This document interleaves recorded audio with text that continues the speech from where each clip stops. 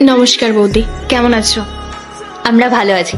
তোমরা এক কাজ করো, তোমরা বসো, আমি চট করে তোমাদের জন্য ভালো কিছু খাবার বানিয়ে আনি। না না বৌদি, এত কষ্ট করার কোনো দরকার নেই। আমার পাশেই একটা ইম্পর্টেন্ট কাজ আছে, তো সেখানেই বেরোতে হবে। আরে ভাই, কতদিন পর তুই আমাদের বাড়িতে আসলি? 2-3 দিন থেকে জানা, সবাই মিলে অনেক আনন্দ করব। দাদা, এইসব আনন্দ ফুর্তির চক্করে না আমি বিজনেসের কোনো ক্ষতি করতে পারবো না। আমি প্রচুর ব্যস্ত থাকি। টাইম ইজ মানি, বুঝলি? আচ্ছা বেশ, তোর কাজটা আগে। তা বল, তোর শরীর কেমন আছে আর কাজবাজ কেমন চলছে? আমার কাজ তো খুব ভালোই চলছে, দিনরাত উন্নতি হচ্ছে। তো তোর খবর কি বল? সেই 30,000 মাইনে নিয়ে কাজ করছিস নাকি অন্য কাজ জুটিয়েছিস? না ভাই, ওই চাকরিটাই করছি। বেশি উচ্চ আকাঙ্ক্ষা নেই আমার। আর ওই চাকরিটা করি আমি আর পূজা অনেক খুশিতে আছি, শান্তিতে আছি। দাদা, শুধু খুশি দিয়ে না সংসার চলে না। বাস্তবতাটা অনেক কঠিন।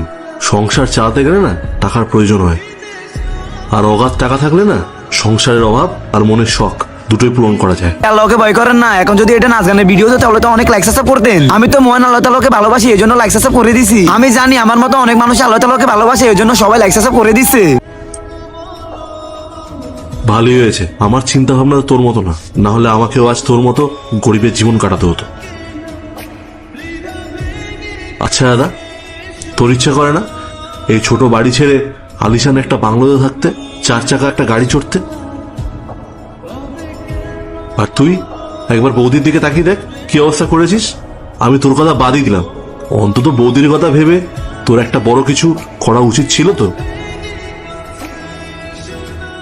ভবিষ্যতে যখন তোদের ফ্যামিলি বড় হবে তখন কি করবি?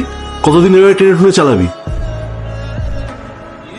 দাদা, জীবনে বড় হতে গেলে বড় কিছু স্বপ্ন দেখতে হয়, বড় কিছু করার চেষ্টা করতে হয়।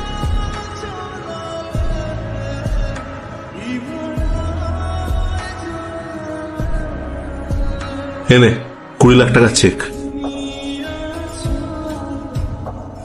কাল গিয়ে একটা বড় 4 চাকা গাড়ি কিনে আনবি।